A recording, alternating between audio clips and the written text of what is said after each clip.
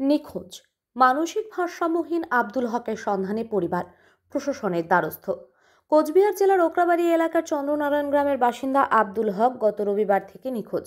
আব্দুল হক মানসিক ভারসাম্যহীন এবং তার বয়স আনুমানিক 37 বছর।